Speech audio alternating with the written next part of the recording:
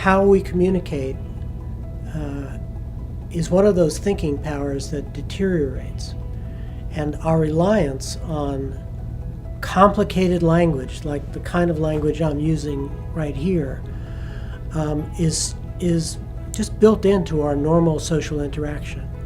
But that norm goes away with the dementia. And so over time, effective communication becomes, verbal communication becomes simpler. And then it begins to meld with more visual forms of communication and more tactile forms of communication. And so where you might have said, oh, I love you, maybe it's just a touch. So you have to think, is there an appropriate form?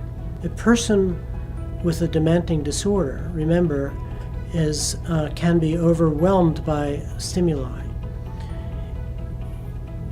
You as a caregiver are a stimulus. If you come up from behind the person and grab onto the person's shoulder and start talking, that is a stimulus. That isn't you. That's like a surprise. And so coming around in front of the person, making sure you have the person's attention, and then beginning something is another thing.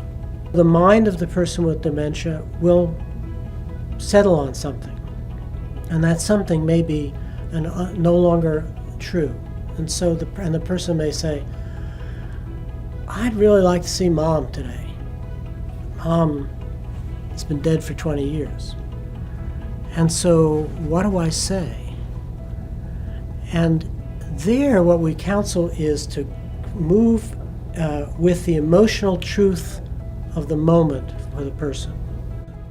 So the response doesn't have to be, oh, but don't you remember Mama's dead?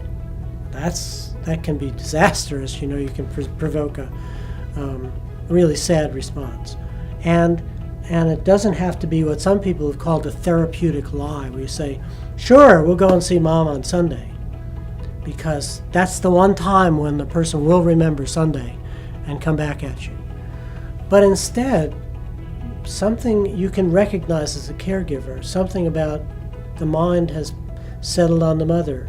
So be there with the person. I remember your mom so well, or I remember the stories you told me. Tell me some more. Should we look at pictures of your mom? And be there with the person and the mom.